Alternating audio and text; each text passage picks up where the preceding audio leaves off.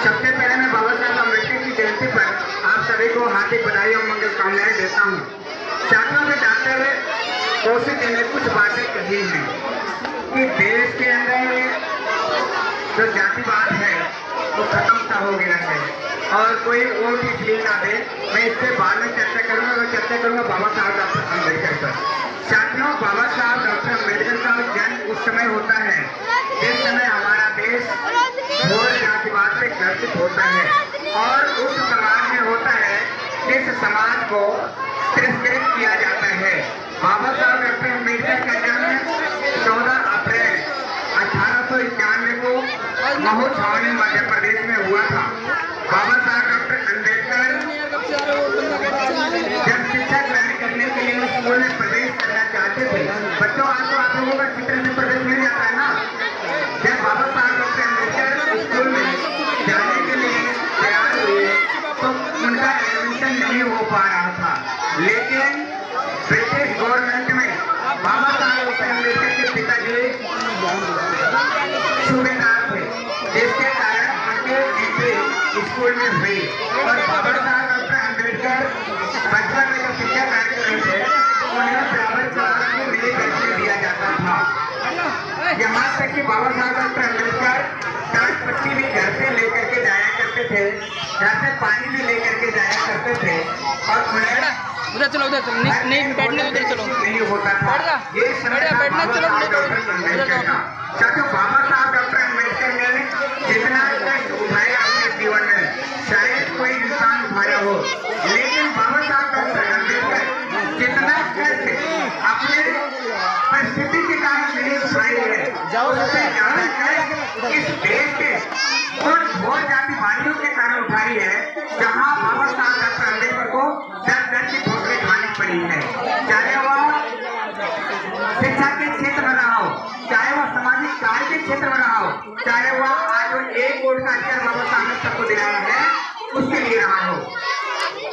जब हमारा देश स्वतंत्र होना था, इस देश का कानून बनना था, तब भी बाबा साहब डॉक्टर अम्बेडकर को यही के लोगों ने कहा था कि डॉक्टर अम्बेडकर के लिए सिर्फ संविधान सभा में जाने के लिए दरवाजे ही नहीं बल्कि रोशनदान भी बंद कर दिए गए हैं। लेकिन बाबा साहब डॉक्टर अम्बेडकर एक चीज और बोले थे, तो सबको पता है कि शिक्षा वो शेरनी का दूध है, जो पिएगा वो दहाड़ेगा। बाबा साहब डॉक्टर अम्बेडकर ने अंग्रेजों से भी लोहा मनवा लिया था कि डॉक्टर अम्बेडकर ने कहा था क्या मैं 500 ग्रेजुएट के बराबर नहीं हूँ,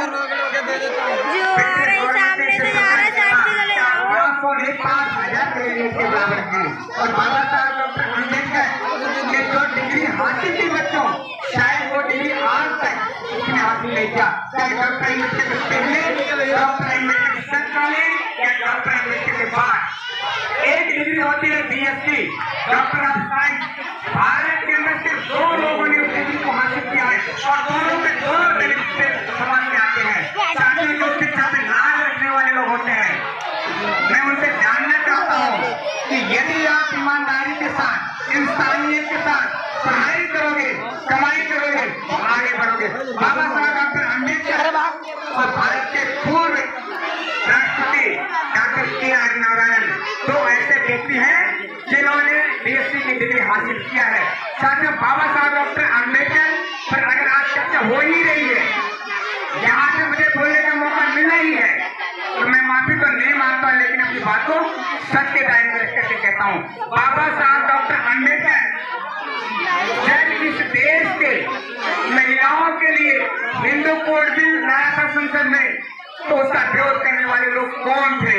जब बाबा साहब ने इस देश के सैनिकों के लिए महान सत्याग्रह किया था, तो उन पर लाठियां चलाने वाले लोग कौन थे?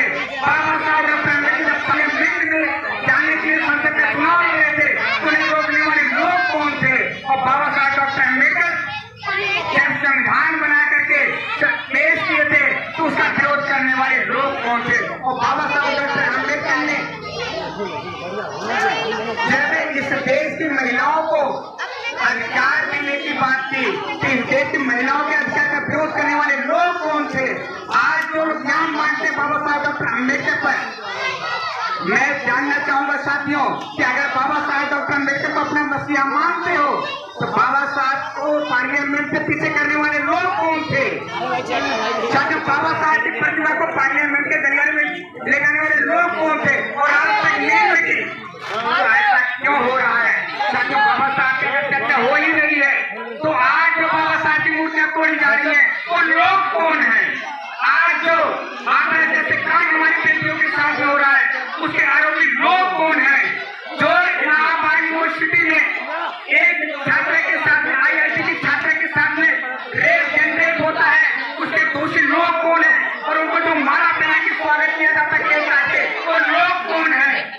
चर्चा चल रही बाबा साहब पर मैं जानना चाहता हूँ कि प्रधानमंत्री के संसदीय क्षेत्र में एक लड़की के साथ में 23 लोगों ने 7 दिन तक जो है रेप किया और वो पकड़ लिए गए, वो लोग कौन है?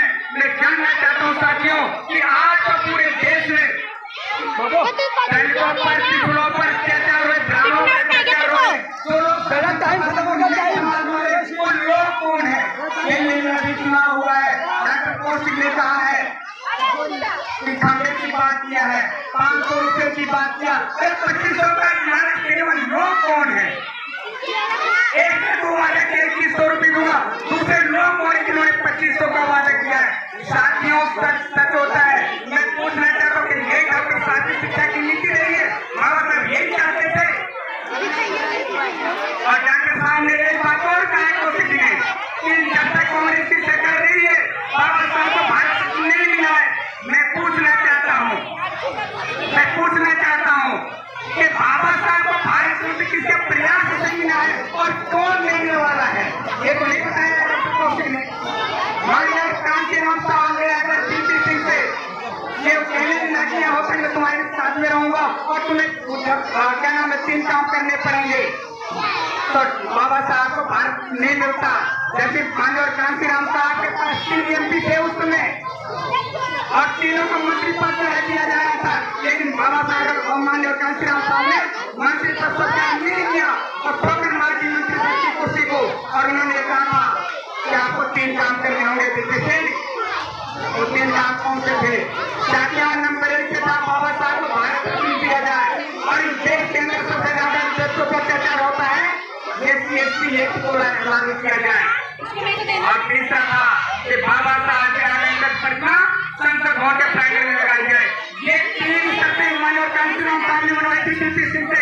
अगर कोई ये कहता है मेरा हस्ते था, मैं जानना चाहता हूँ साथियों कि हस्ते प्रयास में था, किसके प्रयास से लगी थी?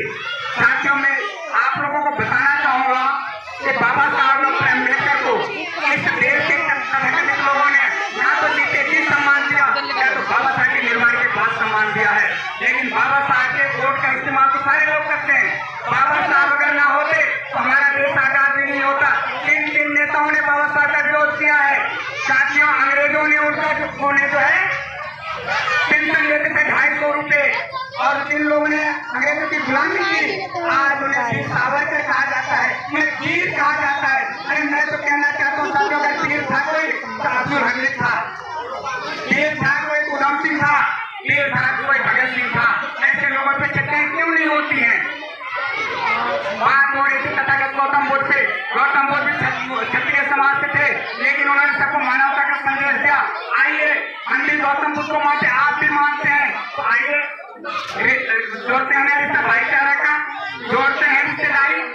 अगर है किसी में जातिवाद तोड़ने का तो ब्राह्मण और चमार, ब्राह्मण और अहिर, ब्राह्मण और धोबी, आइए रिश्ता जोड़िए ना, रोटी बेटी का रिश्ता कीजिए। मैं कहता हूँ जातिवाद निकाला होगा तो रोटी बेटी का रिश्ता करना पड़ेगा, लेकिन मुसलमानों से कर लोगे, हमसे नहीं करोगे। यही तो है जातिवाद। और है क्या? उत्तर प्रदेश में पीछे से एक घटना हुई थी जो कि बीजेपी के सांसद थे भूपेंद्र साहब थे, उन्हें सजा नहीं मिली। क्यों भाई? वो भी तो दोषी थे। ऐसे तमाम लोग हैं जिन पर केस चल रही है। राजा भैया को कोई जेल के अंदर नहीं जाता, क्यों? भारत के संविधान में ऐसे प्रावधान है। लेकिन उसी जगह पे अगर कोई ब्राह्मण समाज से, क्षत्रिय समाज से कोई गरीब व्यक्ति होगा, उसे जेल की सलामत कोई गरीब समाज होगा, उसके एनकाउंटर कर दिया जाएगा। क्या बाबा साहब का प्रेमनिश्चित समझाना देश में लागू है? नहीं है। साथियों, मैं बाबा साहब डॉक्टर अम्बेडकर की बात कर रहा हूँ। जब बाबा साहब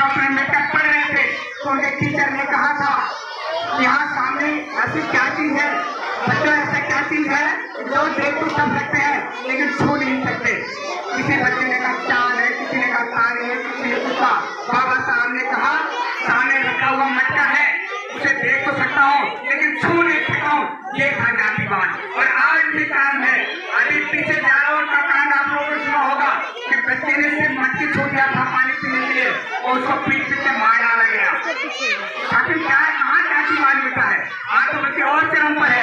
मध्य प्रदेश में चले जाओ, राजस्थान में चले जाओ, उत्तर प्रदेश में चले जाओ, ताकि जहाँ देखो मणिपुर क्या किसी से छुपा हुआ है? मणिपुर में किसका शासन रहा है? वहाँ पे क्या न्याय मिलता है? हजारों लोगों की भीड़ में एक महिला का रेप होता है और वो निकलने भीड़ देखती रह जाती है। क्या यही बाबा साहब का संविधान है? क्या यही हम आज अम्बेडकर जयंती मना रहे हैं? अम्बेडकर जयंती मनाने का मतलब है कि बाबा साहब के पच्चीनों पे चलना।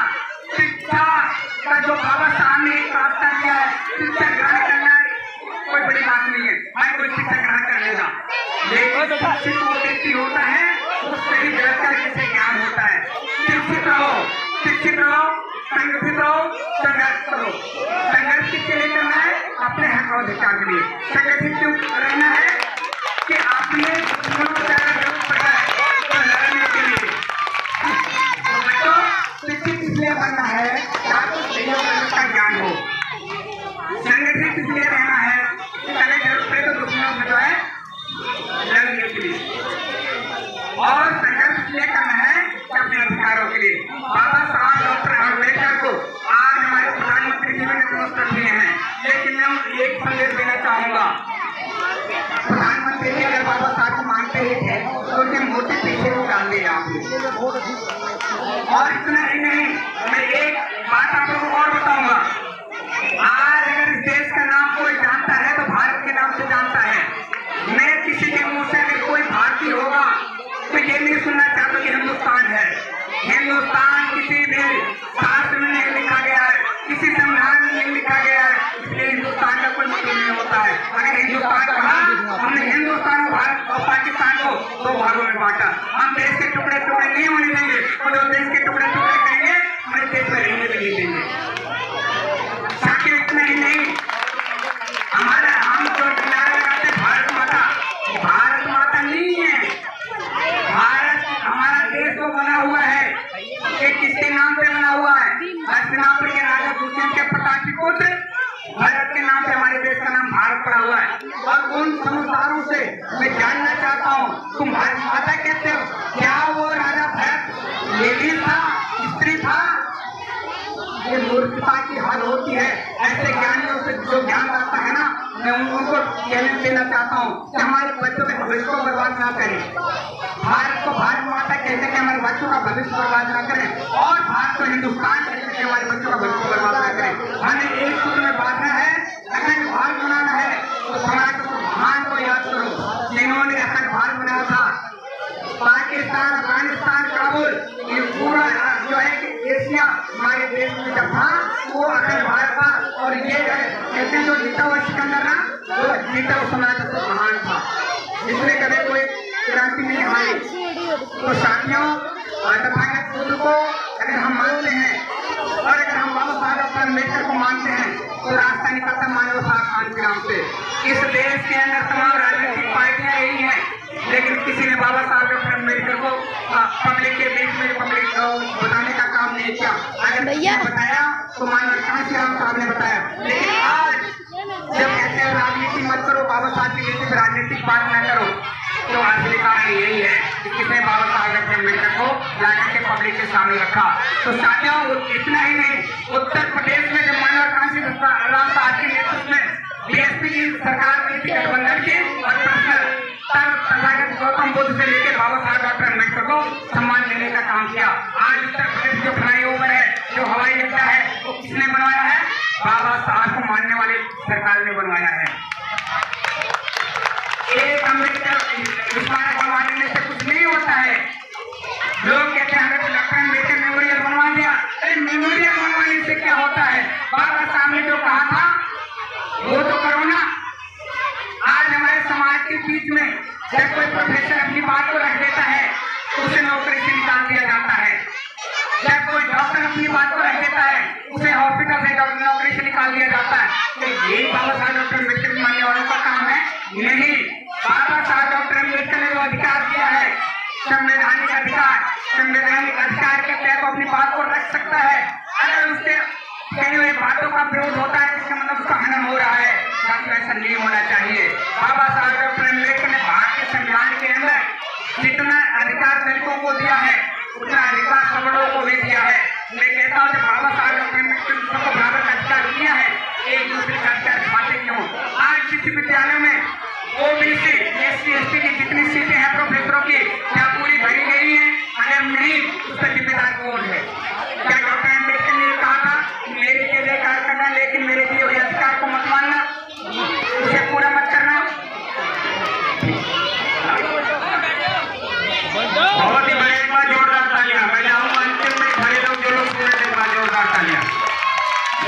बहुत ही अच्छी बातें बताई नीरज गौतम जी ने, बहुत ही